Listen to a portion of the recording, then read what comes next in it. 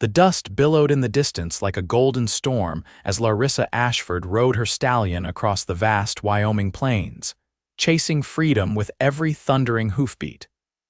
The year was 1878, and the untamed West beckoned with promises of new beginnings for those brave enough to claim them. Larissa had left everything behind in Boston: a comfortable life, a domineering father, and a marriage proposal from a man she could never love to claim her late uncle's homestead in the Wyoming territory. The wind whipped through her copper hair, loosening strands from her practical braid as she urged her mount faster. She'd purchased the spirited black stallion, whom she'd named Tempest, just 2 days ago from a horse trader passing through town. The man had warned her that the horse wasn't fully broken, but Larissa had been captivated by the fire in the animal's eyes, a reflection of her own determination. "Just a bit farther, boy," she murmured, patting Tempest's sleek neck. The horse's ears flicked back at the sound of her voice, but he maintained his pace. Suddenly, a rattlesnake slithered across their path, its warning rattle lost beneath the pounding hooves. Tempest reared with a terrified neigh, his front legs pawing at the air. Larissa's grip on the reins slipped, and she felt herself sliding from the saddle. "Whoa, easy," she cried, trying to regain control, but Tempest was beyond reasoning. The stallion bolted, dragging Larissa, whose foot had become caught in the stirrup. Pain exploded through her leg as she hit the ground hard, the impact knocking the breath from her lungs. Dust filled her mouth and eyes as Tempest dragged her across the rough terrain. Rocks tore at her clothing and skin, each bump sending fresh waves of agony through her body.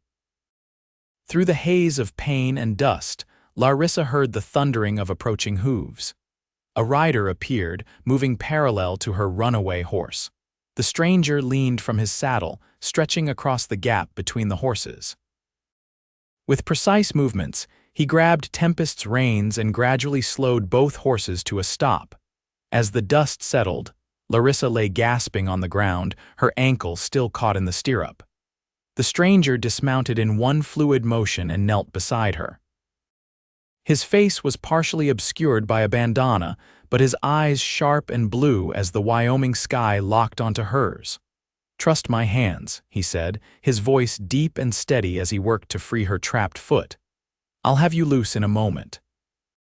Larissa nodded weakly, wincing as he carefully manipulated her ankle free from the stirrup. Once released, she attempted to sit up, only to fall back with a pained gasp. "Easy now," the man cautioned, pulling down his bandana to reveal a strong jaw dusted with stubble. "You've had quite a tumble." "Best not move too quick." "Thank you," Larissa managed, her voice raspy from the dust. "I don't know what happened. He was fine one moment and then saw a rattler," the stranger explained, glancing at the now calmed horse. "Good horse, just young and skittish." "Name's Quinn Sutton. Folks call me Quinn." "Larissa Ashford," she replied, attempting again to sit up, this time with Quinn's assistance. His hands were calloused but gentle, speaking of years of hard work. "I appreciate your help, Mr. Sutton." "Just Quinn," he corrected, his expression softening slightly. "Let's check for injuries before you try standing." Quinn's assessment was thorough but respectful. Larissa had suffered numerous scrapes and bruises, and her riding dress was torn in several places, but remarkably, nothing appeared broken. "You're lucky," Quinn observed, helping her to her feet. "Though you'll be feeling this tomorrow, no doubt." Larissa winced as she put weight on her right ankle. "I think I've twisted it." Quinn nodded, his expression thoughtful. "My ranch is about 2 miles east, closer than town. I can take you there, have my housekeeper tend to those cuts." Under normal circumstances, Larissa would have refused. A proper Boston lady didn't accompany strange men to their homes, but she was far from Boston now, and the throbbing in her ankle and the sting of a dozen scrapes reminded her that pride would serve her poorly in the wilderness. "I would appreciate that," she conceded. Quinn's movements were efficient as he secured Tempest's reins to his own horse's saddle. Then, with surprising gentleness, he lifted Larissa onto his mount, a sturdy palomino with intelligent eyes. "This here's Sage," he introduced as he swung up behind her. Most reliable horse in the territory. The closeness of riding double sent an unexpected warmth through Larissa despite her discomfort. Quinn's chest was solid against her back, his arms creating a secure cage as he held the reins on either side of her. "How long have you been in Wyoming territory?" he asked as they set off at an easy pace. 3 days, Larissa admitted. "I've inherited my uncle's homestead." Samuel Ashford. Quinn's posture stiffened slightly. "Sam was your uncle, good man. His passing was a loss to the whole county. You knew him." Everyone knew Sam. Honest in his dealings, generous in hard times. There was genuine respect in Quinn's voice. "His place is just south of mine. We share a creek." "Then we're neighbors," Larissa observed. "That we are," Quinn agreed, though something in his tone suggested the idea gave him pause. "Though Sam's place has been sitting empty for months now, it'll need work." "I'm not afraid of work, Mr. Sutton." A chuckle rumbled through his chest, vibrating against her back. "We'll see about that. Wyoming ain't Boston. How did your accent? And those boots aren't made for ranching." There was amusement in his voice, but not unkindness. They crested a small rise, and Quinn's ranch spread out before them, a collection of sturdy buildings nestled in a valley with a creek running along one side.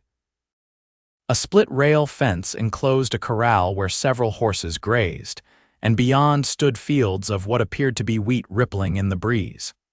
It was modest compared to the grand estates of Massachusetts, but there was something deeply appealing about its practical beauty. "Welcome to Raven Creek Ranch," Quinn said, a hint of pride in his voice. As they approached the main house, a 2-story structure built of sturdy logs with a wide porch, an older woman emerged, wiping her hands on an apron. "Quinn Sutton, who's this you're bringing home?" she called, her tone suggesting this wasn't a common occurrence.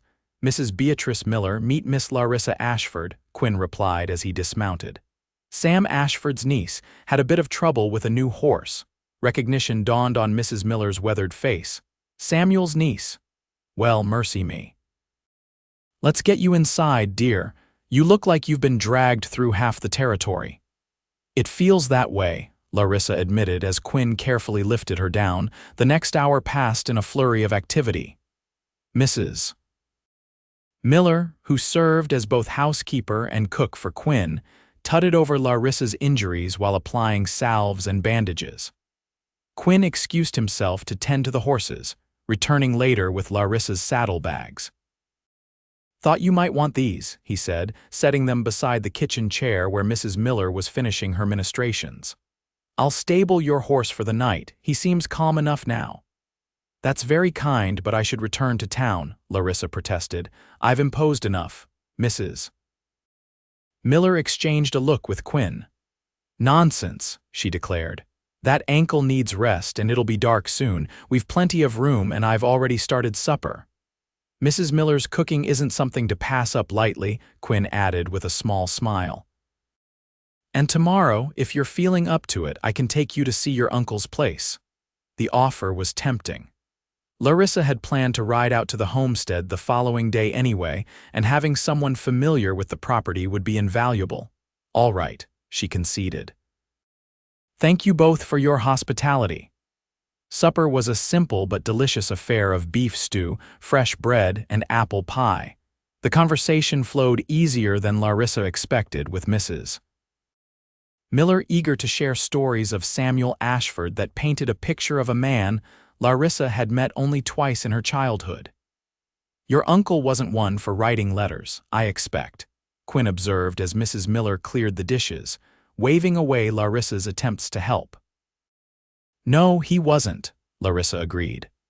"The last I heard from him was 3 years ago, a brief note for my 21st birthday, when the lawyer's letter arrived informing me of his passing and the inheritance. It was a shock." Quinn studied her across the table, his expression unreadable in the lamplight. "What made you decide to come out here rather than selling?" Larissa hesitated, unused to such direct questions from a man she'd just met. Yet there was something about Quinn Sutton that invited honesty. "I needed a fresh start," she finally said. My father had arranged a marriage to a business associate, a man 30 years my senior with a reputation for cruelty. She straightened her shoulders. The inheritance offered an alternative. Quinn's jaw tightened. Your father would force such a match, he would. He did. Larissa met his gaze steadily, but I chose differently. A moment of understanding passed between them before Mrs. Miller returned with coffee. As the evening progressed, Larissa found herself observing Quinn more closely. He wasn't classically handsome like the gentleman of Boston society, but there was a compelling quality to his features, strength in the line of his jaw, intelligence in his eyes, and a quiet confidence in his movements. When the time came to retire, Mrs. Miller showed Larissa to a small but comfortable bedroom on the second floor. The older woman had provided a nightgown and robe that she explained had belonged to Quinn's sister, who now lived in Denver with her husband. The bathroom's at the end of the hall, Mrs. Miller explained. Quinn had running water put in 2 years ago, quite the luxury out here. Left alone, Larissa sank onto the bed, the events of the day catching up with her. Every muscle ached and the scrapes stung despite Mrs. Miller's tender care. Yet beneath the physical discomfort, an unfamiliar feeling stirred, something akin to excitement. In a single day, the abstract notion of her new life had transformed into something tangible, populated by real people and real challenges.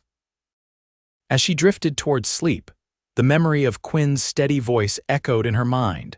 Trust my hands. In those 3 words had been a promise kept, the first of many surprises in this wild new land. Morning arrived with the crowing of roosters and the scent of coffee and bacon wafting up from below. Larissa dressed carefully in her spare riding outfit, wincing as fabric brushed against her scrapes. Her ankle, while still tender, bore weight better than the previous day. Downstairs, she found Quinn at the kitchen table studying what appeared to be ledgers. He stood when she entered, his eyes quickly assessing her condition. You're moving better, he observed. I heal quickly, Larissa replied, accepting the coffee Mrs. Miller poured over breakfast. Quinn outlined his plan for the day. We'll ride to your uncle's place first. I've business in town after, so I can escort you back to the hotel if you wish. I'd like to stay at the homestead, Larissa said firmly. I brought supplies and I need to assess what needs doing. Quinn frowned slightly. It's not fit for habitation yet. Roof needs patching and there's been no one there for months. All the more reason for me to start work immediately. Stubborn, Mrs. Miller muttered approvingly as she refilled coffee cups, just like her uncle. An hour later they were mounted and heading south. Quinn had inspected Tempest thoroughly before allowing Larissa to ride him again, adjusting the saddle and bridle to fit better. He's a good horse, Quinn had assured her. Just needs a firm hand and consistent training. The morning was glorious, the Wyoming sky stretching endlessly above them. Larissa found herself relaxing into Tempest's easy gait, the horse seemingly chastened by yesterday's escapade. Tell me about your ranch, she prompted, genuinely curious about her taciturn guide. Quinn glanced at her, perhaps surprised by her interest. Started with 40 acres 10 years ago. Now it's up to 300. Run about 200 head of cattle, grow wheat and corn, and breed horses. You've built something impressive, Larissa observed. A slight smile softened his features. Been a lot of work, still is, but it's mine. He paused, then asked, what about you? What skills does a Boston lady bring to homesteading? The question might have sounded condescending from another man, but Quinn's tone held genuine curiosity. I can read, write, and calculate figures better than most men, Larissa began, though that's not considered ladylike to mention. I can cook and garden. I've managed my father's household since my mother died when I was 16. She straightened in her saddle, and I'm a quick learner. Quinn studied her with new interest. You'll need to be. Winter's harsh here, not much room for mistakes. Then I won't make any, she replied with more confidence than she felt. His laugh was unexpected, rich and warm. Now you sound like Sam. They crested a hill and Quinn gestured ahead. There it is, Ashford Homestead. Larissa's heart quickened, as she took in the sight a small cabin with a barn and corral, nestled against a backdrop of hills with a creek curving around the eastern edge of the property. It was humble compared to Quinn's established ranch, but even from a distance, she could see the sturdy craftsmanship. As they rode closer, however, the signs of neglect became apparent. The cabin's roof sagged in one corner, several fence rails had fallen, and weeds had overtaken what once might have been a garden. Quinn watched her reaction carefully. "It's fixable," he said, correctly interpreting her momentary dismay. "Good bones. Sam built things to last." They dismounted, and Quinn led her through the property, pointing out concerns and possibilities with equal frankness. The cabin's interior was dusty but sound, with simple, functional furniture covered in sheets. The barn needed more extensive repairs, but the well was clean and the creek water sweet. "This land is good," Quinn concluded as they stood looking across the 20 acres that comprised the core of her inheritance. "Fertile soil, good water. You could run a modest herd, grow crops in that bottom land by the creek." "If I knew how," Larissa murmured, feeling momentarily overwhelmed by the task ahead. Quinn turned to face her, his expression serious. "There's folks who'd help, neighbors, me," he paused, "or you could sell. There's a cattle company buying up small spreads. They'd give you a fair price, enough to go back east." Larissa's spine stiffened.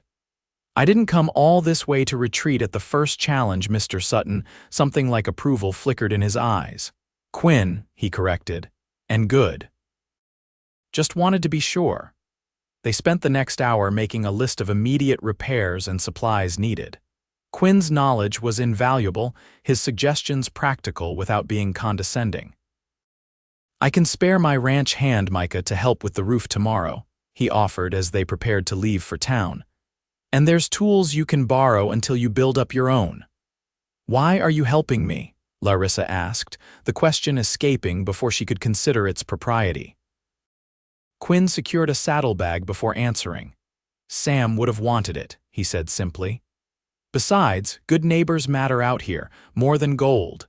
In town, Quinn introduced Larissa to key figures: the general store owner, the blacksmith, the doctor, and the banker. Each greeting included a mention of her being Sam Ashford's niece, which opened doors and credit lines that might otherwise have remained closed to a single woman. At the general store, Quinn helped her select practical supplies: tools, kerosene, nails, salt pork, beans, flour, and coffee. When Larissa attempted to pay, the owner, Mr. Harrison, waved her off. "Your uncle had credit here. Consider this settling accounts," he said, though Quinn's pointed look suggested some other arrangement had been made out of Larissa's hearing. Their final stop was the saloon, which surprised Larissa until Quinn explained that the owner, Anton Kowalski, had been one of her uncle's closest friends. "Anton knows everyone and everything happening in the county," Quinn said as they tied their horses outside. "Also makes the best stew this side of the Mississippi." The Dakota Rose Saloon was relatively quiet in the late afternoon, with only a few patrons at tables and the bar. Heads turned as Quinn escorted Larissa inside, but he seemed oblivious to the stares, guiding her toward a large man with an impressive mustache who was polishing glasses behind the bar. "Anton," Quinn called, "got someone for you to meet." The big man looked up, his weathered face breaking into a grin when he saw Quinn. The grin faltered slightly when his gaze shifted to Larissa, confusion evident in his expression. "Quinn Sutton, bringing a lady into my establishment." "The world must be ending," he boomed, his accent hinting at Eastern European origins. "This is Miss Larissa Ashford," Quinn said. "Sam's niece from Boston." Anton's eyes widened and he set down his glass with a thunk. "Samuel's niece." He emerged from behind the bar, revealing his impressive height and girth, and extended a hand to Larissa. "Anton Kowalski, at your service. Your uncle was my dearest friend." Larissa shook his enormous hand, finding his grip surprisingly gentle. "It's a pleasure, Mr. Kowalski. I understand you and my uncle were close." "Like brothers," Anton confirmed, emotion briefly clouding his features. Come, sit. You must tell me everything about your journey, and I must tell you about the good man your uncle was." For the next hour, over bowls of truly excellent beef stew, Anton regaled Larissa with tales of Samuel Ashford, his generosity during the hard winter of '71, his stand against cattle rustlers in '74, his unmatched skill at cards. With each story, the uncle Larissa barely remembered transformed into a complex, admirable man whose legacy she felt increasingly determined to honor. Quinn contributed occasionally to the conversation but mostly observed, his expression thoughtful as he watched Larissa's reactions. Only when Anton mentioned the neighboring Blackwell ranch did Quinn's demeanor change, a coldness entering his eyes. "Victor Blackwell still causing trouble?" he asked, his voice tight. Anton glanced between Quinn and Larissa, clearly choosing his words carefully. "He's been quiet since the circuit judge ruled against him, but you know Blackwell, he doesn't forget slights, real or imagined." "Who is Victor Blackwell?" Larissa asked, noting the tension that had entered the conversation. "Owner of Broken Spur Ranch," Anton explained. "Biggest spread in the county. He's been trying to control water rights along Raven Creek for years. Your uncle stood against him, as does Quinn." "The creek that runs through my property," Quinn nodded. "Blackwell believes he should control all water in the valley. Makes life difficult for those who disagree." He paused, studying Larissa. "You should know he offered to buy Sam's place after he passed. Wasn't pleased when the lawyer said it had been inherited." This new information added another layer to Larissa's understanding of her situation. "Is he dangerous?" "Not directly," Quinn replied after a moment. "Blackwell lets his money and influence do his fighting, but he employs men who aren't so particular." As the afternoon waned, Quinn suggested they start back. Larissa was surprised to find him leading them not toward her homestead, but in the direction of his ranch. "I need to gather some tools for tomorrow's repairs," he explained. "And Mrs. Miller would never forgive me if I didn't bring you back for supper. You can stay another night and head to your place in the morning with Micah and the supplies." Larissa's instinct was to insist on independence, but practicality won out. One more night of preparation before facing the solitude of her homestead seemed wise. The return ride was companionable, with Quinn pointing out landmarks and sharing knowledge about the land that would be valuable to a newcomer. As they approached Raven Creek Ranch, the setting sun cast long shadows across the valley, gilding the wheat fields and catching in Quinn's dark hair. Mrs. Miller greeted them with news that she'd prepared a bath for Larissa, correctly assuming she'd returned dusty from her explorations. The luxury of hot water was too tempting to refuse, and Larissa spent a blissful half-hour soaking away the day's exertions. Dinner was another pleasant affair, with Mrs. Miller curious about their visit to town and the homestead. The conversation flowed easily until Quinn mentioned Anton's warning about Victor Blackwell. "That man," Mrs. Miller huffed. "He's been a thorn in Quinn's side since he arrived." "It's more than that, Mrs. Miller," Quinn corrected gently. "Blackwell represents everything wrong with how the West is changing. Men like him think money can buy anything: land, water, people." "He tried to buy your ranch?" Larissa asked. Quinn's expression darkened. "3 times. Offers kept getting higher. Last time his men started driving their cattle across my south pasture, claiming it was an honest mistake." His knuckles whitened around his coffee cup. "Wasn't a mistake when they broke my irrigation channels." "Quinn rode out there with just Micah and faced down 6 of Blackwell's cowboys," Mrs. Miller added with obvious pride. "Sent them packing with a warning that the next trespass would be met with more than words." "You could have been killed," Larissa observed quietly. Quinn met her gaze steadily. "Some things are worth fighting for. This land is one of them." That night, Larissa stood by her bedroom window looking out across the moonlit landscape. In just 2 days, her perspective had shifted dramatically. The abstract notion of inheriting a homestead had transformed into something concrete and challenging: a piece of land with history and conflict, surrounded by people with strong convictions and competing interests. And then there was Quinn Sutton. A man who'd appeared out of the dust to save her, who'd opened his home to a stranger, who fought for principles in a land where might often determined right. He was unlike any man she'd known in Boston, direct, unpolished, and utterly authentic. The realization that she found him appealing in ways that went beyond gratitude was both unsettling and exhilarating. Larissa turned from the window, chiding herself for such thoughts. Quinn had shown nothing beyond neighborly concern and respect for her uncle's memory. Besides, she'd come west to claim independence, not to exchange one form of attachment for another. Yet as she drifted toward sleep, her last conscious thought was of strong hands grasping reins and a steady voice saying, "Trust my hands." The next morning brought a flurry of activity as Quinn and his ranch hand, Micah Peterson, a quiet young man with a ready smile, loaded a wagon with tools, lumber, and supplies. Mrs.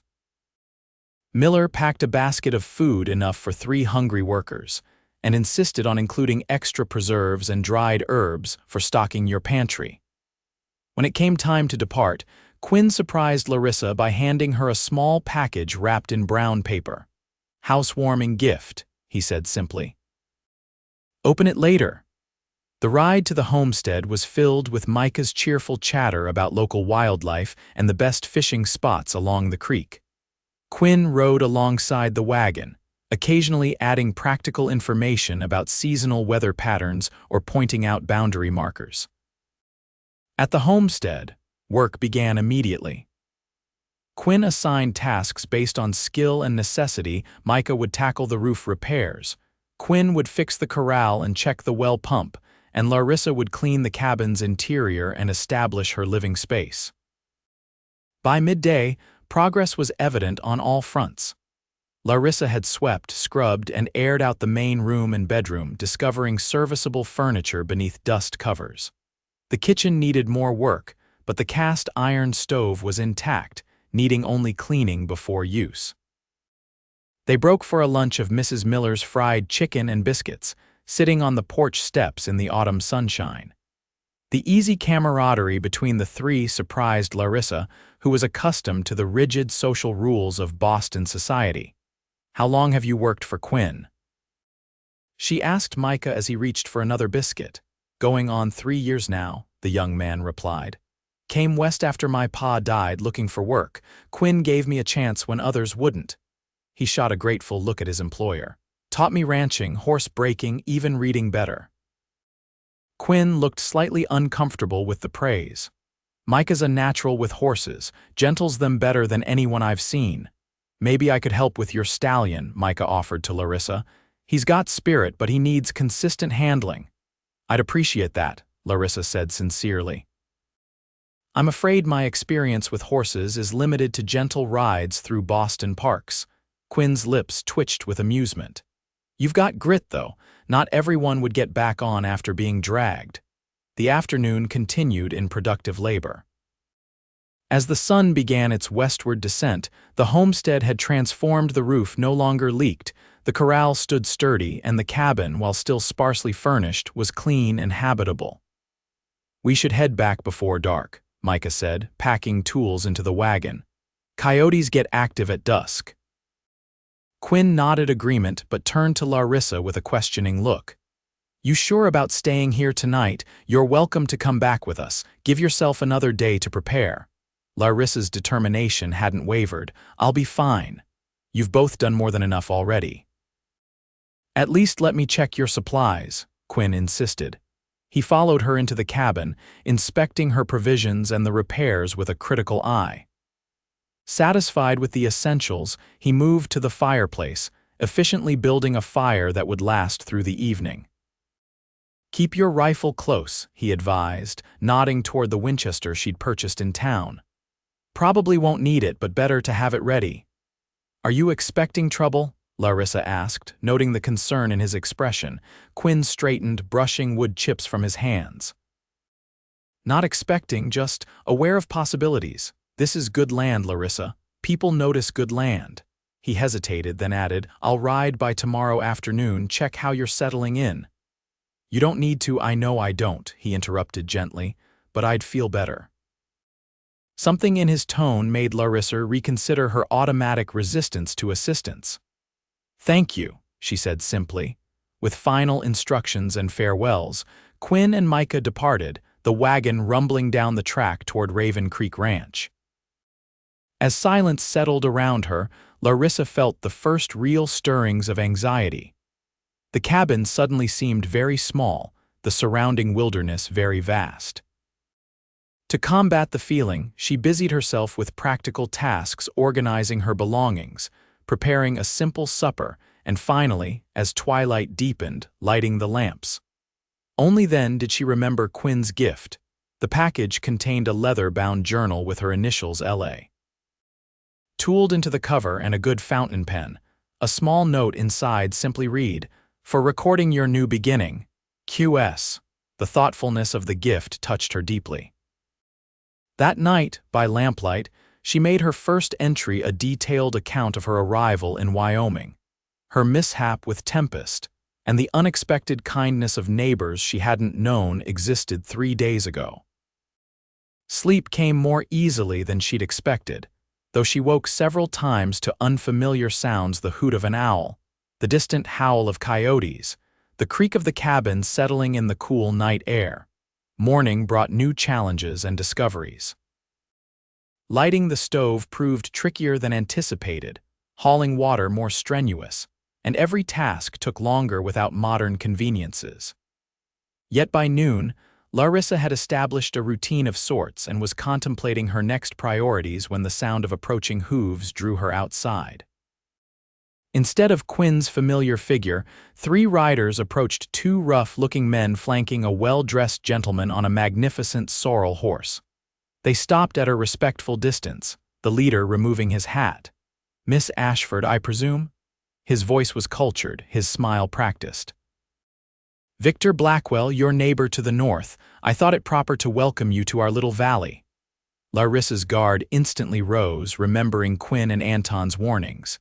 Still, courtesy demanded a response. "Mr. Blackwell, this is unexpected. When I heard Sam Ashford's niece had taken up residence, I felt obliged to make your acquaintance." His gaze traveled over the homestead, assessing the improvements with barely concealed surprise. "I see you've already begun renovations, ambitious for a lady alone." "I've had help from kind neighbors," Larissa replied evenly. "Mr. Sutton and his man assisted with the most urgent repairs." Blackwell's expression hardened momentarily at Quinn's name before smoothing back into affability. "Sutton is industrious, I'll grant him that. Though perhaps not the best advisor for a newcomer. His view of territorial matters tends to be rather provincial." He dismounted with practiced grace and approached, extending an envelope. "I've taken the liberty of preparing an offer for your property. Sam and I discussed a sale before his unfortunate passing, and I'd be happy to honor those terms." Larissa accepted the envelope but made no move to open it. "I appreciate your interest, Mr. Blackwell, but I have no intention of selling. I came west specifically to work this land." Blackwell's smile didn't waver, though it failed to reach his eyes. "A commendable spirit, Miss Ashford, but perhaps impractical. Homesteading is difficult work for a man, let alone a woman unaccustomed to frontier life." He gestured expansively. "My offer would provide you with the means to establish yourself comfortably in town. Perhaps open a small business better suited to your abilities." The condescension in his tone sparked Larissa's temper. "My abilities include determining my own future, Mr. Blackwell. This land is not for sale." A flash of annoyance crossed Blackwell's features before he composed himself. "You haven't even looked at my offer." "The amount is irrelevant," Larissa stated firmly.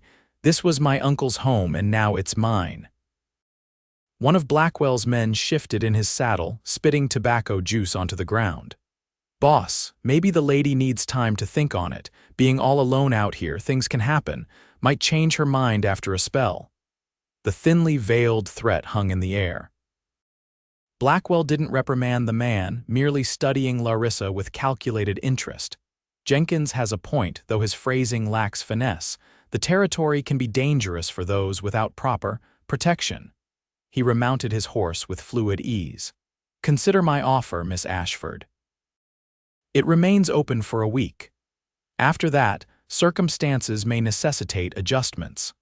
They rode off without further ceremony, leaving Larissa standing in her dooryard, the envelope clutched in her hand. Once they were out of sight, she released a shaky breath, recognizing the encounter for what it was, an attempt at intimidation wrapped in polite commerce. She tore the envelope in half without opening it, determination hardening within her. If Blackwell thought to frighten her into selling, he'd severely misjudged her character. The remainder of the day passed in hypervigilant activity as Larissa kept one eye on her work and another on the surrounding countryside. By late afternoon, when Quinn's familiar figure appeared on the horizon, the sight brought such relief that she had to steady herself against the porch post. Quinn's expression shifted from casual greeting to concern as he drew closer, clearly reading something in her stance or expression. "What happened?" he asked without preamble as he dismounted. Larissa recounted the visit from Blackwell and his men, including the veiled threats. Quinn's jaw tightened progressively throughout her account. "Damn him," he muttered when she finished. "He's getting bolder. Should I be worried?" Quinn considered before answering. Blackwell rarely acts directly, but isolation can be his ally. He glanced around the homestead. "How set are you on staying here alone?" "Very," Larissa replied firmly. "I won't be intimidated into abandoning my plans." A reluctant smile tugged at Quinn's mouth. "Didn't expect you would be, but precautions would be wise," he thought for a moment. "Micah can stay here for a few days, sleep in the barn, help with additional repairs, and I'll bring you a dog. Good alert system and company." "Quinn, I can't impose further, it's not imposition," he interrupted. "It's common sense. Neighbors look out for each other here. Sam would have done the same for me." The genuine concern in his eyes made refusal impossible. "All right," Larissa conceded. "But only for a short while until I'm better established," Quinn nodded, clearly relieved by her acceptance. "I brought some seedlings," he said, changing the subject. "Fall's a good time to start a kitchen garden. Thought you might like to get it started before winter sets in." The thoughtfulness of the gesture touched Larissa deeply. Over the next hour, Quinn helped her establish a small garden plot near the cabin, explaining which plants would survive the coming frost and which should wait for spring planting. His knowledge of the land was impressive, his instructions clear without being patronizing. As they worked side by side in the rich soil, Larissa found herself increasingly aware of Quinn as a man rather than merely a helpful neighbor. The easy strength in his movements, the focus in his expression as he demonstrated proper planting techniques, the occasional brush of his hand against hers as they worked all combined to create a warmth that had nothing to do with the afternoon sun. "Thank you for the journal," she said as they finished the planting. "It was a perfect gift." Quinn looked almost embarrassed by her gratitude. "Seemed fitting. New beginnings should be recorded." "Have you been in Wyoming long?" she asked, genuinely curious about the man who'd become so central to her new life in such a short time. 10 years, he replied, wiping soil from his hands. "Came west after the war with not much more than a horse and determination. You fought in the Civil War." Larissa realized how little she knew about him. Quinn nodded, his expression growing distant. "Union cavalry. Saw things no man should see." He paused, then continued more softly afterward, "Couldn't settle back into ordinary life in Ohio. Too many ghosts." The West offered space to breathe, chance to build something new. The personal revelation, clearly not easily given, felt like a gift more intimate than the journal. "And you have built something remarkable," Larissa observed. "Your ranch is thriving." "It's getting there," Quinn acknowledged. "Still a lot of work ahead." He glanced at the setting sun. "I should head back, get Micah and that dog for you." As he prepared to leave, Quinn hesitated, then said, "Blackwell's not the only challenge you'll face here. Winter's coming. It can be brutal storms that last days, temperatures cold enough to freeze cattle in the fields." His eyes held hers. If it gets to be too much, there's no shame in changing course. I'm not easily deterred, Larissa assured him. Quinn's smile was genuine. I'm counting on that, Miss Ashford. True to his word, Quinn returned the next morning with Micah and a large, shaggy dog named Bear, half shepherd, half who knows what, all loyalty, according to Quinn. The dog immediately adopted Larissa, following her movements with devoted attention. Micah set up residence in the clean stall Quinn had prepared in the barn, establishing a workshop for ongoing repairs. His cheerful presence and Bear's watchful companionship eased Larissa's anxiety considerably. The days fell into a productive rhythm. Mornings were devoted to homestead improvements, fence repairs, chicken coop construction, preparation for winter. Afternoons often included riding lessons with Micah, who proved an excellent teacher. Tempest gradually responded to consistent handling, his spirited nature channeling into willing partnership rather than rebellion. Quinn visited every other day, sometimes bringing supplies, other times simply checking progress and offering advice. Each visit left Larissa more intrigued by the complexities beneath his reserved exterior. He could discuss literature as easily as cattle breeding, quoting Thoreau one moment and demonstrating practical rope work the next. 2 weeks passed without further contact from Blackwell, though occasional reports from town suggested he was displeased with Larissa's refusal. Anton sent word through Quinn that Blackwell had been making inquiries about her background and connections. He's looking for leverage, Quinn explained as they walked the property line together, checking for signs of trespass. It's his usual approach: find a weakness, exploit it. He won't find one, Larissa asserted. Quinn glanced at her, amusement warming his eyes. No, I don't believe he will. That evening, as they sat on her porch watching the sunset paint the hills in gold and crimson, Larissa felt a contentment she'd never experienced in Boston. The silence between them was comfortable, born of growing friendship and mutual respect. I received a letter from my father today, she said finally, breaking the peaceful quiet. The first since I left. Anton brought it from town. Quinn turned slightly to observe her expression. Bad news, not unexpected news, she clarified. He's disowned me. Cut me off completely from family funds and connections. She kept her voice steady, though the formal coldness of the letter had stung more than she cared to admit. Quinn's response was measured. Does that change your plans? No, Larissa said firmly. I anticipated this reaction. It only strengthens my resolve to succeed here. You're already succeeding, Quinn observed quietly. Most men would have accomplished less in a month than you have in 2 weeks. The praise warmed her more than it should have. I've had excellent help. Help you've earned through your determination. Quinn's gaze returned to the sunset. Not everyone would have stayed after Blackwell's visit or that first night alone.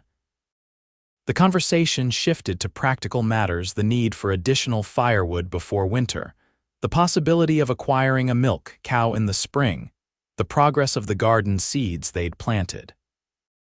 Yet beneath the practical exchange, Larissa sensed a subtle shift in their relationship, a deepening that went beyond neighborly concern. As Quinn prepared to leave, he hesitated by his horse. There's a harvest dance in town Saturday, tradition before winter sets in. He adjusted Sage's saddle, not quite meeting her eyes. Thought you might like to go meet more folks from the county. The invitation caught Larissa by surprise. Are you asking to escort me, Mr. Sutton? A smile quirked the corner of his mouth at her formal tone. I believe I am, Miss Ashford.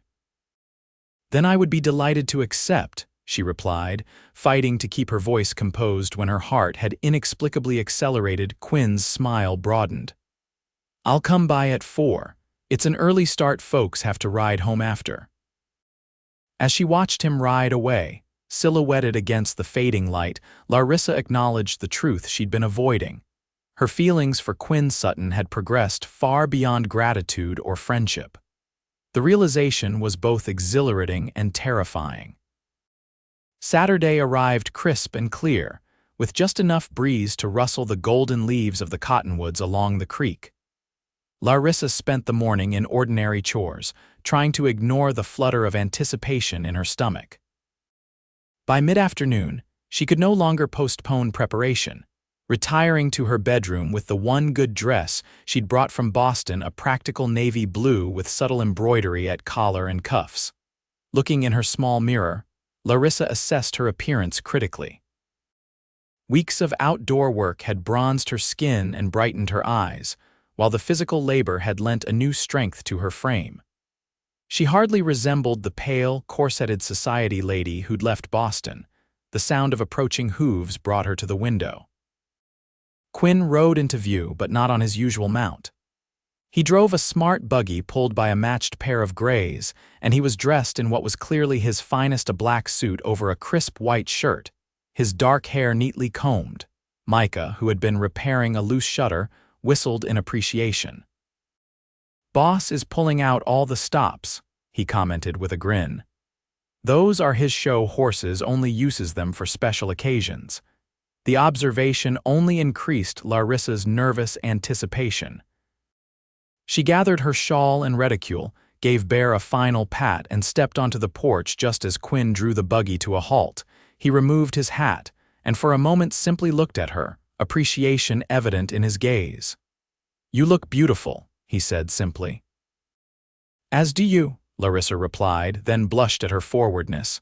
"That is, you look very handsome." Quinn's smile eased the momentary awkwardness. He helped her into the buggy with careful hands, the brief contact sending warmth through her gloved fingers.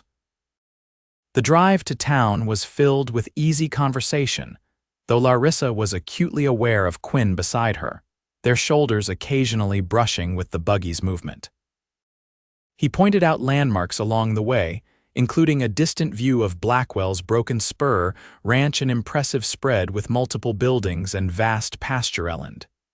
"He's expanded aggressively," Quinn explained. "Bought out 3 small ranchers last year alone.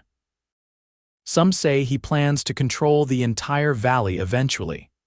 "Not if we have anything to say about it," Larissa replied, the "we" slipping out naturally. Quinn glanced at her, something warm and approving in his expression. "No, not if we do." Dakota Springs was transformed for the harvest dance. The town hall was decorated with autumn bounty corn shocks, pumpkins, and wreaths of fall leaves. Lanterns hung from every available post, and a small band was setting up on a raised platform. Quinn helped Larissa from the buggy, offering his arm as they approached the hall. "Fair warning, you'll be the center of attention. New folks always are, especially pretty ones." "I'm accustomed to social scrutiny, though Boston ballrooms operate on different rules," Larissa replied, suddenly nervous about the impression she would make. "Just be yourself," Quinn advised, seeming to sense her anxiety. "These are good people. They value honesty and hard work above fancy manners." Inside, the hall was already filling with ranchers, townspeople, and their families. Quinn guided Larissa through the crowd, making introductions with easy grace. Most greeted her warmly, expressing approval of her decision to work her uncle's land. A few cast speculative glances between her and Quinn, clearly assessing the relationship with frontier directness. Anton Kowalski served as informal master of ceremonies, his booming voice calling the gathering to order for the first dance. Quinn turned to Larissa with a questioning look. "May I have this dance, Miss Ashford?" "I'd be delighted, Mr. Sutton." The band struck up a lively reel. Quinn proved an excellent dancer, guiding Larissa through the steps with the same confident competence he showed in all things. His hand at her waist was respectful yet warm, his eyes holding hers with an intensity that made conversation unnecessary. As the evening progressed, Larissa danced with several other men, the young doctor, the blacksmith, even Micah for a particularly energetic Virginia reel. But her attention remained anchored to Quinn, even when they were separated by the room. During a pause while the musicians refreshed themselves, Anton approached with cups of punch. "You have made quite an impression, Miss Ashford," he observed, handing her a cup. "Not everyone could win this community's respect so quickly." "They've been very welcoming," Larissa replied. I'm grateful. Anton's gaze shifted to Quinn, who was engaged in conversation with several ranchers across the room, and our Quinn seems transformed these past weeks. His eyes twinkled knowingly. I have not seen him smile so much in all the years I've known him. Before Larissa could respond to this observation, a stir at the entrance drew attention. Victor Blackwell entered, accompanied by two well-dressed companions. The conversation dimmed momentarily before resuming at a slightly higher pitch. He rarely attends community gatherings, Anton murmured, frowning slightly. This is unusual. Blackwell's gaze swept the room, pausing when he located Larissa. With deliberate steps, he approached, offering a formal bow. Miss Ashford, what a pleasant surprise. You grace our humble celebration with city elegance. Mr. Blackwell, Larissa acknowledged coolly. I wouldn't have expected to see you here. Community spirit, my dear. Important for a man in my position to show support for local traditions. His smile didn't reach his eyes. I understand you've declined my generous offer for your property. As I informed you at our first meeting, the land is not for sale. Blackwell's expression hardened slightly. Perhaps you've been influenced by certain parties with their own agendas. His gaze flicked toward Quinn, who was now watching their exchange with evident tension. Not everyone in this valley has your best interests at heart. I form my own opinions, Mr. Blackwell, Larissa replied evenly. And I've found the most trustworthy people are those who respect my decisions rather than attempting to override them. A flush of anger touched Blackwell's cheeks. You're making a mistake, Miss Ashford. That land requires resources to develop properly resources beyond what a single woman can provide, regardless of her determination. Then it's fortunate I don't stand alone, Larissa countered, nodding toward Anton and the community surrounding them. Good evening, Mr. Blackwell. She turned away deliberately, heart pounding with the boldness of her dismissal. Anton's approving nod bolstered her confidence. You have made an enemy, he observed quietly, but also many friends. The music resumed and Quinn appeared at her side, concern evident in his expression. Everything all right, perfectly, Larissa assured him, extending her hand. I believe this is our dance. The band had chosen a waltz, allowing for conversation as they moved around the floor. Quinn's arm around her waist felt protective without being possessive. Blackwell rarely accepts defeat gracefully, he warned, guiding her through a turn. Then he'll need to develop new skills, Larissa replied, earning a surprised laugh from Quinn. You continue to amaze me, Larissa Ashford. The use of her first name sent a pleasant warmth through her. Is that a good thing, Quinn Sutton? His eyes held hers, serious despite his smile. The best thing. The moment stretched between them, charged with unspoken possibility. Then Quinn drew her slightly closer, still proper by frontier standards, though Boston matrons would have swooned at the impropriety. I never expected you, he said quietly, the words barely audible above the music. When I rode out that day and saw Tempest dragging you through the dust, I was just reacting to an emergency. I had no idea that moment would change everything. Larissa's heart quickened. Everything, my perspective, my priorities. His hand tightened slightly at her waist. My future. Before she could respond, the music ended, breaking the intimate moment. Quinn released her reluctantly, though his eyes conveyed that the conversation wasn't finished. The remainder of the evening passed in a pleasant blur of dancing, conversation, and community warmth. Blackwell departed early, his displeasure evident in his rigid posture. His departure seemed to ease a collective tension, allowing the celebration to continue with renewed energy. By the time Quinn and Larissa began the journey home, the stars blanketed the sky in a brilliant display impossible to see in city lights. The buggy moved at a leisurely pace, neither of them eager to end the evening. Did you enjoy yourself? Quinn asked, though her smile throughout the night had answered the question. Very much, Larissa confirmed. Your community is special. Our community, Quinn corrected gently. You're part of it now. The distinction warmed her. It's different from anything I've known. In Boston, social gatherings were exercises in strategy and appearance. Here, people genuinely enjoy each other's company. Not always, Quinn admitted with a chuckle. You should see the town council meetings when water rights are on the agenda. But yes, there's an authenticity here I've always valued. They lapsed into comfortable silence, the only sounds the rhythmic hoofbeats and the creak of the buggy. The moon had risen, casting silver light across the landscape and illuminating the road ahead. What you said earlier, Larissa began hesitantly, about that moment changing everything. Quinn glanced at her, his expression serious in the moonlight. I meant it. He guided the horses around a bend in the road before continuing. I've built my life here carefully, Larissa. Focused on the ranch, on establishing something solid, didn't leave much room for other considerations. And now, she prompted when he paused, now I find myself thinking beyond the next season or the next herd. His voice had softened, thinking about possibilities I'd set aside.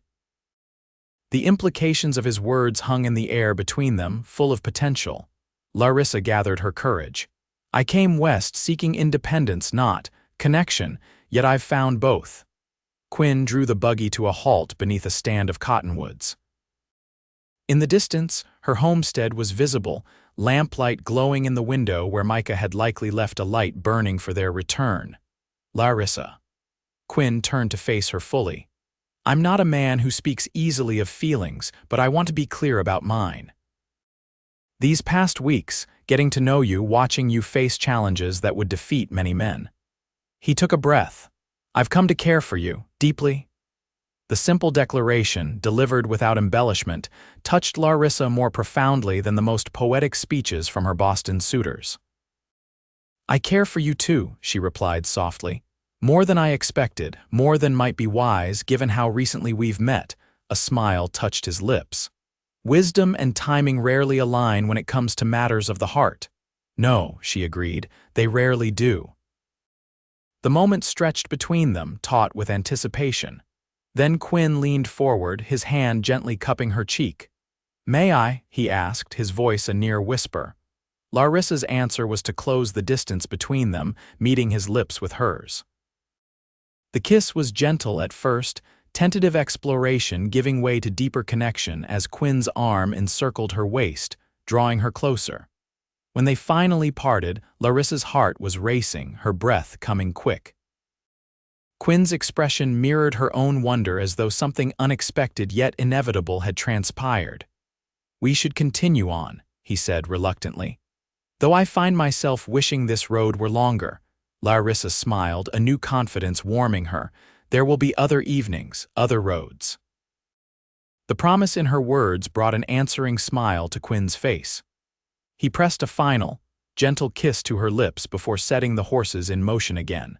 At the homestead, Quinn helped Larissa down from the buggy, his hands lingering at her waist longer than strictly necessary. Bear bounded out to greet them, followed by Micah, who tactfully busied himself with the horses after a quick exchange of pleasantries. On the porch, sheltered by darkness and the overhanging roof, Quinn drew Larissa into another embrace. This kiss held promise and passion that left her breathless, clinging to his shoulders for support. Good night, Larissa, he murmured against her hair. I'll return tomorrow. I'll hold you to that promise, she replied, reluctantly stepping from his embrace. That night, Larissa wrote in her journal by lamplight, trying to capture the events and emotions of the evening. Her entry concluded, I came west seeking land and independence. I may have found my heart's home as well. The following weeks brought a deepening of relationships and preparations for the approaching winter. Quinn became a daily presence at the homestead, sometimes bringing Mrs. Miller, who took a grandmotherly interest in Larissa's domestic arrangements. Together they preserved the garden's harvest, stocked the root cellar, and prepared the cabin for the cold months ahead. Micah eventually returned to his regular duties at Raven Creek Ranch, though he still visited frequently to continue Larissa's riding lessons and help with heavier tasks. Bear remained her constant companion, his protective instincts making him an ideal homestead dog. Quinn and Larissa's relationship progressed with the steady, unhurried pace of people confident in their connection. Their time together included practical work interspersed with quiet conversations, shared meals, and increasingly passionate moments of privacy. Quinn respected Larissa's independence while offering support that never felt like interference. Only Victor Blackwell's continued interest cast a shadow on their happiness. Reports from town suggested he was making inquiries about water rights and old property boundaries. Then, in early November, the first direct challenge came. Larissa was checking fence lines on her northern boundary when she encountered 3 men driving a small herd of cattle onto her land. She recognized one as Jenkins, Blackwell's man from their first encounter. "This is private property," she called, guiding Tempest to block their path. Bear growled at her side, sensing her tension. Jenkins removed his hat in mock politeness. "No offense, madam, but we're following Mr. Blackwell's instructions. This pasture was leased to him by your uncle for winter grazing." "My uncle made no such arrangement," Larissa replied firmly. "And if he had, the agreement would have been documented and included in his papers." "Verbal agreement," another man claimed. "Made last spring before the old man took sick." "I don't believe you," Larissa stated plainly. "Please remove your cattle from my land immediately." Jenkins exchanged glances with his companions. "Madam, we're just following orders. Mr. Blackwell says this pasture is his to use. Take it up with him if you've got concerns." Larissa straightened in her saddle, one hand resting near the rifle in her scabbard. "I'm not asking again." "Remove these cattle now, or I'll consider them trespassing and act accordingly." The threat was bold, perhaps foolishly so, but Larissa maintained a steady gaze.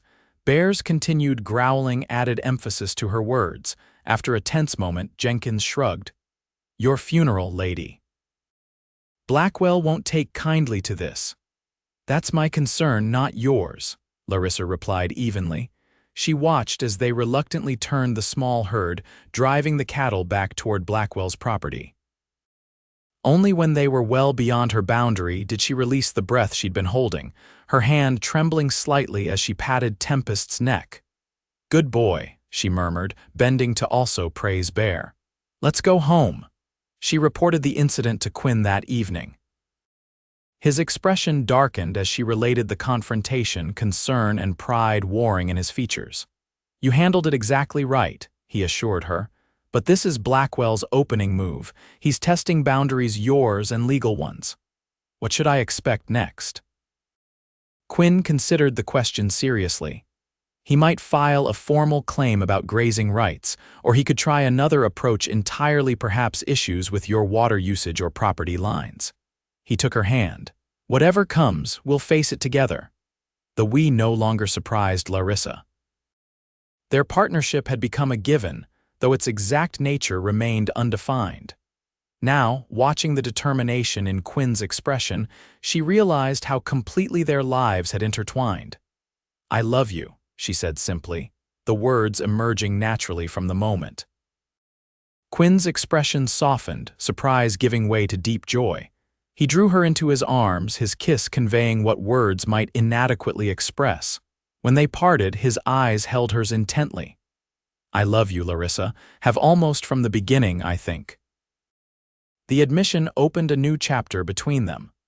That evening, sitting before the fireplace in her cabin, they spoke of future possibilities: marriage, combining their properties, children. The conversation was practical yet infused with the tenderness of new love acknowledged. "I should speak with Reverend Thomas," Quinn said as the evening grew late, "about performing a ceremony before winter fully sets in." Larissa's heart quickened at the informal proposal. "Is that your way of asking me to marry you?" Quinn Sutton, a smile crinkled the corners of his eyes. "I suppose it is. Not very romantic, is it?" "On the contrary," Larissa replied softly, "it's perfectly us." Their engagement became official the following Sunday when they attended church services together in town. The community's response was overwhelmingly positive, with Anton leading the congratulations and Mrs. Miller weeping happy tears. Only a few observed that the courtship had been unusually brief, but as Anton pointed out, in the West, we recognize truth when we see it and don't waste time pretending otherwise. The news reached Blackwell quickly. His response came in the form of a formal letter delivered by his lawyer, claiming water rights to half of Raven Creek based on an alleged agreement with Samuel Ashford. The document demanded immediate cessation of Larissa's water usage for irrigation and threatened legal action if the demands weren't met. Quinn and Larissa consulted with Judge Wilson, who maintained an office in Dakota Springs when the circuit court was not in session. The elderly jurist reviewed the claim with practiced eyes. "Spurious," he pronounced finally. "Without documentation or witnesses, Blackwell has no case. Samuel Ashford was meticulous about water rights, fought too many battles over them to leave such matters to verbal agreements." He removed his spectacles, fixing Larissa with a serious look. "However, fighting this claim will require time and possibly money. Blackwell is counting on you lacking both." "I have resources," Larissa assured him, "and principle is worth defending." The judge nodded approval. "I'll draft a response. In the meantime, document everything: your water usage, any encounters with Blackwell or his men, improvements to the property. Evidence matters in court." As they left the judge's office, Quinn squeezed Larissa's hand. "You continue to impress me, future Mrs. Sutton." "As you do me, Mr. Sutton." Her smile faded slightly. "Do you think Blackwell will escalate matters?" Quinn's expression grew serious. "It's likely. Men like him don't accept defeat easily, and he's used to getting his way through persistence and intimidation." He glanced down at their joined hands. "But we're stronger together than either of us alone." The wedding was planned for December 1st, a practical date that would allow them to be settled before the worst of winter's storms. Mrs. Miller and the ladies of the church committee took charge of arrangements, promising a celebration worthy of the occasion despite the short notice. Larissa wrote to her mother's sister in Philadelphia, the only family member who had supported her decision to claim her inheritance. Aunt Margaret's reply was swift and enthusiastic, including a promise to send a wedding gift and hopes to visit in the spring. Preparations for the wedding coincided with winter preparations on both properties. Quinn and Larissa worked together, strengthening their partnership as they planned joint operations for their soon-to-be combined ranches. 2 weeks before the wedding, the first significant snowfall blanketed the valley. Larissa stood on her porch watching the silent transformation of the landscape, bare warm against her legs. The beauty of it caught her breath, pristine white covering the golden hills, ice crystals glittering in the weak winter sunlight. The sound of approaching riders broke the stillness. Quinn appeared first, followed by Micah and 2 other ranch hands, all heavily bundled against the cold. They carried tools and supplies, final preparations before the roads potentially became impassable. Quinn dismounted and climbed the porch steps, his face reddened from cold but his eyes warm as they met hers. "Beautiful, isn't it?" he observed, following her gaze across the snow-covered land. "Breathtaking," Larissa agreed, leaning into his side as his arm circled her shoulders. "I never imagined such peace." They stood in comfortable silence until Micah called for Quinn's assistance with unloading supplies. The day passed in productive work, banking the cabin's foundation with straw for insulation, checking the roof one final time, and stocking additional firewood in the covered shed Quinn had built adjacent to the house. As evening approached, Quinn sent the others ahead to the ranch while he remained to help Larissa secure the animals for the night. In the warm kitchen, they shared a simple meal, discussing final wedding details. "Anton insists on hosting the celebration at the Dakota Rose," Quinn mentioned. "Says the town hall isn't grand enough for the occasion." Larissa smiled at the saloon owner's enthusiasm. "He's been so supportive, they all have." "You've earned their respect," Quinn replied. "Not many would have stood against Blackwell as you have." The mention of their adversary sobered the mood momentarily. Blackwell had maintained a conspicuous silence since filing his water claim, which Judge Wilson considered more concerning than open confrontation. "Let's not talk about him tonight," Larissa suggested, reaching across the table to take Quinn's hand. "2 weeks from now, we'll be husband and wife, that's what matters." Quinn's expression softened. He rose, drawing her to her feet and into his arms. "You're right, that's all that matters." Their kiss deepened quickly, months of restrained passion finding expression in the privacy of the warm kitchen. Quinn's hands traced the curve of her waist, pulling her closer as Larissa's fingers tangled in his hair. When they finally parted, both were breathing heavily, desire evident in their eyes. Quinn pressed his forehead against hers, his voice rough with emotion. 2 weeks suddenly seems an eternity." Larissa laughed softly, though she shared his impatience. "We've waited this long." "A little longer won't harm us." Quinn pressed a final kiss to her lips before reluctantly preparing to depart. At the door, he paused. "I'll return tomorrow. We'll move the last of your things to the ranch." They had decided Larissa would live at Raven Creek Ranch after the wedding, the larger house better suited for their future family. Her homestead would become part of their combined operation, used seasonally for grazing and crops.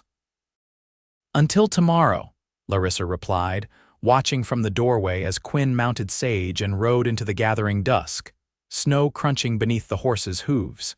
She slept soundly that night, dreams filled with images of their future together. Morning arrived clear and cold, sunlight reflecting blindingly off the fresh snow. Larissa completed her chores with practiced efficiency, looking forward to Quinn's arrival and their continued preparations. By midday, when he hadn't appeared, the first stirrings of concern began. Quinn was unfailingly punctual, especially where Larissa was concerned. She told herself the snow might have delayed him or created additional ranch work, but as afternoon waned, worry overcame rationalization. Bundling in her warmest clothes, Larissa saddled Tempest, now a reliable mount thanks to Micah's training. With Bear running alongside, she set out for Raven Creek Ranch, following the well-worn trail between the properties. As she crested the final rise overlooking Quinn's ranch, Larissa reined Tempest to an abrupt halt. Below, where the ranch buildings should have stood proudly, smoke rose in thick plumes. The barn was engulfed in flames, and even from a distance, she could see figures moving frantically, attempting to control the blaze and evacuate livestock. "Quinn," she whispered, fear clutching her heart as she urged Tempest forward at a gallop. The scene that greeted her was chaos. Ranch hands worked desperately to prevent the fire from spreading to the main house, while others led frightened horses from the burning barn. Mrs. Miller stood on the porch, directing efforts with remarkable composure given the circumstances. Larissa dismounted before Tempest fully stopped, scanning the area for Quinn. "Mrs. Miller," she called, rushing toward the older woman. "Where's Quinn?" Mrs. Miller's face, already lined with worry, crumpled slightly at the question. "Inside," she said, pointing toward the barn. "Went back for the new foal when the roof started collapsing. Micah went after him." Horror froze Larissa momentarily before determination took over. She started toward the barn, only to be intercepted by a ranch hand. "Can't go in there, Miss Ashford," he insisted, physically restraining her. "Too dangerous." As if to emphasize his point, a section of the barn roof collapsed with a thunderous crash, sending sparks spiraling into the winter sky. Larissa's scream was lost in the general commotion. For an eternity measured in heartbeats, nothing happened. Then, through the smoke at what remained of the barn entrance, 2 figures emerged: Micah, supporting Quinn, who limped heavily but carried a small, trembling foal in his arms. Larissa broke free from the restraining hands and ran to them. Quinn's face was blackened with soot, a nasty gash bleeding freely on his forehead, but his eyes cleared when they found hers. "I'm all right," he croaked, though he clearly wasn't. "Take her." He transferred the frightened foal to a waiting ranch hand before his legs buckled. Micah and Larissa caught him, supporting his weight between them as they moved toward the house. Once inside, they eased him onto a sofa in the parlor, where Mrs. Miller immediately began examining his injuries. "Fool man," she muttered, though her hands were gentle as she cleaned the head wound. "Going back into a burning building for a horse. Promised Larissa that foal as a wedding gift," Quinn mumbled, wincing as Mrs. Miller applied iodine to the cut. "Couldn't let her burn." Despite her fear and concern, Larissa felt a rush of love for this man who would risk his life to save a promised gift. She took his hand, noting the burns on his palms and forearms. "You could have been killed." Quinn squeezed her fingers weakly. "Takes more than a little fire to keep me from our wedding." His attempt at humor fell flat as a coughing fit racked his body, evidence of smoke inhalation. Dr. Lawrence arrived shortly thereafter, summoned by a ranch hand. His examination was thorough but reassuring. Quinn had sustained burns to his hands and arms, a gash requiring stitches and smoke inhalation, but no life-threatening injuries. "He needs rest," the doctor advised as he packed his supplies. "And those burns will be painful for a while. No heavy work for at least 2 weeks. Our wedding is in 2 weeks, Larissa informed him, still holding Quinn's hand. The doctor smiled. He should be well enough to stand for the ceremony by then, though dancing might be limited. As the doctor departed, Micah entered the parlor, his own face smudged with soot but his expression grim. "Boss, you need to see this." He held out a metal object, partially melted but still recognizable as a whiskey flask. "Found it by the hay storage. This wasn't an accident." Quinn struggled to sit up, Larissa supporting his shoulders. "Blackwell," he said flatly, taking the flask. "Has to be." "No proof," Micah cautioned, though his expression suggested he shared Quinn's conclusion. Larissa examined the flask. "There's an engraving. BSR. Broken Spur Ranch," Quinn confirmed, anger replacing pain in his expression. "Blackwell's brand." The implications settled heavily in the room.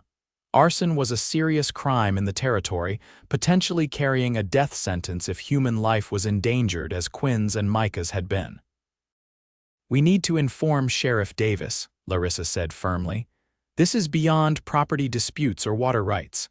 Quinn nodded agreement, though his expression remained troubled. "Blackwell will deny involvement, claim the flask was stolen or left behind by a former employee." "We still need official documentation," Larissa insisted. "This is evidence of escalation." While Micah rode to town to fetch the sheriff, Larissa helped Mrs. Miller settle Quinn in his bedroom. The housekeeper prepared poultices for his burns and a tea for the smoke inhalation before tactfully withdrawing to allow the couple privacy. Sitting beside Quinn's bed, Larissa finally allowed her composure to crack. "I was so frightened," she admitted, tears tracking down her cheeks. "When I saw the smoke and then learned you were inside." Quinn reached for her hand, ignoring the pain the movement caused. "I'm sorry for scaring you, but I'm not sorry I went back for the foal." A smile touched his lips despite his discomfort. "She's a beauty." Arab Morgan Cross. "Thought she'd make a perfect lady's mount for you." "You ridiculous man," Larissa said, laughing through her tears. "I don't need a special horse, I need you alive and whole." "You have me," Quinn assured her. "It'll take more than Blackwell's schemes to change that." Sheriff Davis arrived as evening approached, examining the flask and taking statements from Quinn and the ranch hands. His expression grew increasingly grave as the evidence mounted. "This is serious, Quinn," he said finally. "Arson's a hanging offense. But proving Blackwell's direct involvement will be difficult." He turned the flask in his hands. "I'll confront him, but without witnesses placing him or his men at the scene." "We understand the challenges, Sheriff," Larissa interjected, "but this needs official documentation." "Blackwell is escalating from legal maneuvers to physical threats." The sheriff nodded, tucking the flask into his pocket. "I'll do what I can within the law. In the meantime, I suggest extra vigilance, both of you." After the sheriff departed, Larissa insisted on staying at Raven Creek Ranch to help with Quinn's recovery and the aftermath of the fire. Mrs. Miller prepared a guest room, though she commented with practical frontier pragmatism that with the wedding so close, Formalities seem rather pointless. The following days brought the community together in support. Neighboring ranchers arrived with lumber and labor to begin rebuilding the barn. Women from town delivered food for the workers and the household. Anton personally delivered a wagon of supplies and stayed to help with reconstruction efforts. Judge Wilson visited to take additional statements, his concern evident as he examined the remnants of the barn. "Blackwell's gone too far this time," he muttered to Quinn and Larissa. "Even if we can't prove his direct involvement, this pattern of harassment can be presented to the territorial governor." Quinn's recovery progressed steadily, though the burns caused considerable pain and limited his ability to participate in the rebuilding efforts. Larissa divided her time between nursing him, managing her homestead, and assisting with ranch operations, a preview of their married life under challenging circumstances. "You're getting practical experience as a rancher's wife before the vows, Mrs. Miller observed one evening as Larissa reviewed accounts and supply lists at Quinn's desk. "Most women would be overwhelmed." "I find I rather enjoy the challenges," Larissa admitted, "though I could do without arson and water rights disputes." A week after the fire, Sheriff Davis returned with news. "Confronted Blackwell," he reported to Quinn and Larissa in the ranch house parlor. "He denied everything, of course, claimed that flask was stolen months ago, even showed me the report he supposedly filed." The sheriff's skeptical tone made his opinion of this claim clear. "Did you believe him?" Larissa asked. "Doesn't matter what I believe, matters what can be proven," the sheriff sighed heavily. "But I did discover something interesting. Blackwell's heavily leveraged with banks in Cheyenne. Extended himself buying up properties. Word is, if he doesn't secure additional water rights for expansion, he could lose everything." This information placed Blackwell's aggressive tactics in a new light. "He's desperate," Quinn concluded, "makes him more dangerous." "Also makes him vulnerable," Larissa pointed out. "If his financial situation is precarious, perhaps there's a way to use that." The sheriff eyed her with newfound respect. "You think like a strategist, Miss Ashford." "I was raised by a businessman who considered manipulation an art form," Larissa replied. "I learned to recognize patterns in negotiations." After the sheriff departed, Larissa shared her developing theory with Quinn. "Blackwell needs water rights, specifically Raven Creek access for expansion. Without it, his loans are at risk. His focus has been dividing us, trying to pressure me to sell separately from you." Quinn followed her reasoning easily. "Together, our combined properties create a stronger barrier to his plans." "Exactly. Our marriage threatens his financial security directly." Larissa paced the parlor, mind racing. What if we approached the banks directly, presented evidence of Blackwell's harassment and illegal activities? Could undermine their confidence in him, Quinn mused. Banks don't like associating with criminal behavior, bad for their reputation. Their discussion continued late into the evening, strategy emerging from shared insights. By morning, they had formulated a plan requiring Judge Wilson's assistance and a trip to Cheyenne after their wedding. The day before the ceremony, Quinn was well enough to accompany Larissa to her homestead to collect her personal belongings and wedding clothes. Bear bounded around them joyfully, sensing the excitement of the occasion. "Hard to believe it's been less than 3 months since you arrived," Quinn observed as they stood on her porch, looking out over the land now dusted with fresh snow. "Feels like you've always been part of this valley. Part of your life?" Larissa asked, leaning into his side. Quinn's arm encircled her waist carefully, mindful of his healing burns.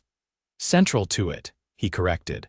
"I can barely remember what existence was like before you arrived in a cloud of dust with tempest dragging you along." Larissa laughed at the memory that had once been terrifying. "Not the most dignified introduction, but memorable," Quinn countered, turning her to face him. "And perfect in its way. That moment grabbing those reins, telling you to trust my hands, it was the beginning of everything important." His kiss was tender, full of promise for their future. When they parted, Larissa rested her head against his chest, listening to the steady beat of his heart. "Do you think Blackwell will cause trouble tomorrow?" she asked, the concern never entirely absent despite their happiness. Quinn's expression hardened momentarily. "He'd be a fool to try. The entire community will be there, including Sheriff Davis and Judge Wilson." His features softened as he looked down at her. "But even if he does, nothing will prevent us from speaking our vows. I've waited my entire life for you, Larissa Ashford. A few more obstacles won't matter." December 1st dawned clear and cold, the sky a brilliant blue above the snow-covered landscape. Larissa prepared in a guest room at Anton's home above the saloon, assisted by Mrs. Miller and several ladies from town. Her wedding dress, a creation of ivory silk sent by Aunt Margaret, was simpler than Boston fashion but elegant in its clean lines and delicate lace trim. "You look beautiful," Mrs. Miller declared, blinking back tears as she secured the final hairpin. "Quinn won't know what hit him." Downstairs, the Dakota Rose Saloon had been transformed. Anton had closed to regular business for the day, clearing the space for rows of chairs and decorating with evergreen boughs, red ribbons, and countless candles. The bar served as an altar, behind which Reverend Thomas would officiate. By 2 o'clock, the saloon was filled with guests, ranchers, and townspeople who had embraced Larissa as one of their own. Quinn stood at the front, resplendent in a new black suit, his hands still bandaged but his face alight with anticipation. Anton himself escorted Larissa down the makeshift aisle, proudly serving as a surrogate father.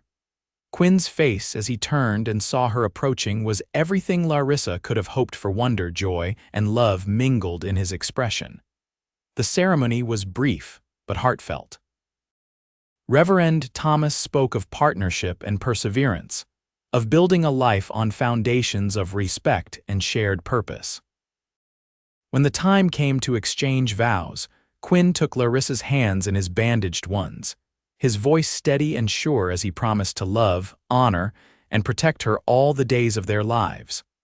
Larissa's own vows, spoken through happy tears, included promises of partnership, support, and unwavering love. As she spoke, she was acutely aware of how far she had come from the constrained life she'd left behind in Boston. Here, with Quinn, she had found not just independence but a deeper freedom to love fully, to build meaningfully, to stand firmly for what mattered. "By the authority vested in me," Reverend Thomas concluded, "I pronounce you husband and wife. Quinn, you may kiss your bride." The kiss was both tender and passionate, accompanied by enthusiastic applause and a few good-natured whoops from the assembled guests. As they turned to face their community as Mr. and Mrs. Sutton, Larissa's heart felt full to overflowing with gratitude and joy. The celebration that followed was everything a frontier wedding should be: abundant food, flowing drinks, courtesy of Anton, music, dancing, and heartfelt toasts to the couple's happiness. Quinn danced with his bride despite his injuries, though they kept to slower numbers that required less exertion. "Happy, Mrs. Sutton," he murmured as they swayed together. "Completely, Mr. Sutton," Larissa replied, resting her head against his shoulder. "Though I'll be happier still when we're home." Quinn's arms tightened around her. "Soon," he promised, his voice deepening in a way that sent pleasant shivers along her spine. As evening approached, the gathering showed no signs of dispersing. However, a commotion at the entrance drew attention. Sheriff Davis entered, his expression grim as he approached Quinn and Larissa. "Sorry to interrupt," he said quietly, "but there's trouble at your ranch, Quinn. One of your hands just rode in. Fire's been set at the new barn framework." Quinn's expression hardened. "Blackwell." "Most likely," the sheriff agreed. "I'm heading out there now." "We're coming with you," Quinn stated, no room for argument in his tone. Larissa nodded agreement. "It's our home." Within minutes, their departure was organized. Quinn and Larissa changed quickly from wedding clothes to practical riding attire, while Anton assembled a group of men to accompany them. Judge Wilson insisted on joining the party, his judicial authority potentially valuable in the confrontation ahead. As they mounted their horses, Larissa caught Quinn's gaze across the gathering. Despite the circumstances, she felt an unshakable certainty that whatever challenges lay ahead, they would face them together as they had from that first moment when a runaway horse and a helpful stranger set their lives on a shared path. The group rode hard through the winter twilight, guided by the ominous glow on the horizon. As they approached Raven Creek Ranch, they could see figures silhouetted against flames that engulfed the partially rebuilt barn. Unlike the previous fire, however, this time they arrived before significant damage had spread. Quinn urged Sage forward, Larissa close beside him on Tempest. As they neared the scene, the situation became clear. Micah and the other ranch hands were fighting the blaze while 3 mounted men observed from a distance, making no effort to assist. There, Quinn pointed. Blackwell and his men. Sheriff Davis called for the group to halt, his authority temporarily containing the anger radiating from Quinn and the others. "We do this legally," he reminded them. "No vigilante justice." With Judge Wilson and Anton flanking them, Quinn and Larissa followed the sheriff toward Blackwell's position. As they approached, Blackwell turned his horse to face them, his expression a mixture of surprise and calculated indifference. "Quite a wedding party, Sutton," he called. "Though unusual to bring it home so early." "You're trespassing, Blackwell," Quinn replied, his voice dangerously controlled. "And we have witnesses this time." Blackwell affected an expression of innocent concern. "My men and I were passing by when we noticed the fire." "Came to investigate, naturally." "Investigate the fire you set," Larissa countered, anger making her bold. "Just as you arranged the previous one." Sheriff Davis moved his horse forward. "Mr. Blackwell, I need you and your men to come with me to town. There are questions that require answers." Blackwell's facade of civility slipped slightly. "On what grounds, Sheriff? You have no evidence connecting us to this unfortunate incident." "Actually," Judge Wilson interjected, "we have substantial evidence of a pattern of harassment and intimidation, culminating in tonight's arson attempt." His judicial tone carried weight even on horseback in the Wyoming twilight. "The territorial governor has been apprised of the situation." This information clearly caught Blackwell off guard. His eyes narrowed as he assessed the situation, surrounded by witnesses, confronted by legal authority, and now facing scrutiny from territorial leadership. "Jenkins," he snapped to one of his men, "tell them what you saw when we arrived." The man shifted uncomfortably in his saddle, loyalty to his employer warring with self-preservation. "Well, sir, that is." "Think carefully before speaking, Mr. Jenkins," Judge Wilson advised. "Perjury carries significant penalties, as does conspiracy to commit arson." The moment balanced on a knife's edge. Then, unexpectedly, Blackwell's other companion spoke up. "I ain't hanging for you, Blackwell." He turned to the sheriff. "He ordered us to set the fire, said it would teach Sutton a lesson for marrying the Ashford woman and blocking his water access." Blackwell's face contorted with rage. "Shut your mouth, Williams." But the damage was done. Sheriff Davis moved quickly, positioning his horse to block any escape attempt. "Victor Blackwell, you're under arrest for conspiracy to commit arson, attempted destruction of property, and endangering human life." What followed was a tense but ultimately anticlimactic arrest. Blackwell, recognizing the futility of resistance with so many witnesses, submitted to custody with cold dignity. His men, facing lesser charges in exchange for testimony, were more cooperative. As the sheriff prepared to escort the prisoners to town, Blackwell fixed Quinn and Larissa with a venomous glare. "This isn't over. I still have influence in this territory." "Perhaps," Quinn acknowledged, "but so do we, and unlike you, we have truth on our side." Larissa stepped forward, her wedding dress exchanged for practical riding clothes, but her bride's confidence undiminished. "Your methods failed, Mr. Blackwell. Not because we're stronger or wealthier, but because you fundamentally misunderstood what you were fighting against." "And what's that?" Blackwell sneered. Community, Larissa replied simply. Something you've never valued or understood. As the sheriff's party departed, Quinn pulled Larissa into his arms, heedless of the onlookers. Not exactly the wedding night I planned, he murmured against her hair. Larissa laughed, the sound bright in the winter air. But perfectly us, wouldn't you say, facing challenges together from the very first hour of our marriage. The fire was quickly contained, damage limited to a small section of the new framework. As their friends and neighbors continued cleanup efforts, Quinn led Larissa toward the main house, both exhausted but triumphant. On the porch he paused, turning to face his bride in the golden light spilling from windows. Larissa Sutton, he said, her new name a caress on his lips. When I grabbed those reins and told you to trust my hands, I had no idea where that trust would lead us. I think perhaps some part of you did, Larissa countered, reaching up to trace the line of his jaw. Just as some part of me knew even then that my life had changed forever. Quinn smiled, the love in his eyes warming her more effectively than any fire. Trust my hands, he repeated, lifting her fingers to his lips. Today, tomorrow, always.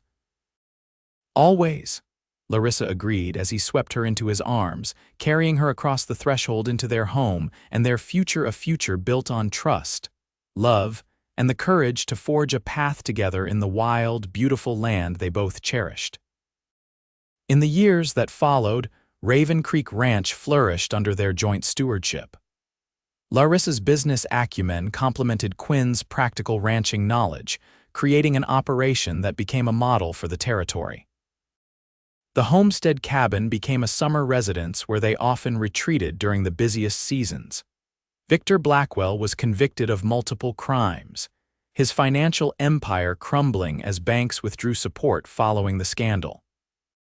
The Broken Spur Ranch was eventually divided and sold to smaller ranchers, including portions acquired by Quinn and Larissa to expand their operation.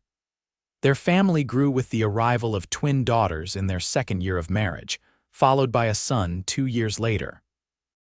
The children thrived in the freedom of ranch life, learning the values of hard work, community, and the precious balance between independence and interdependence that their parents had discovered together.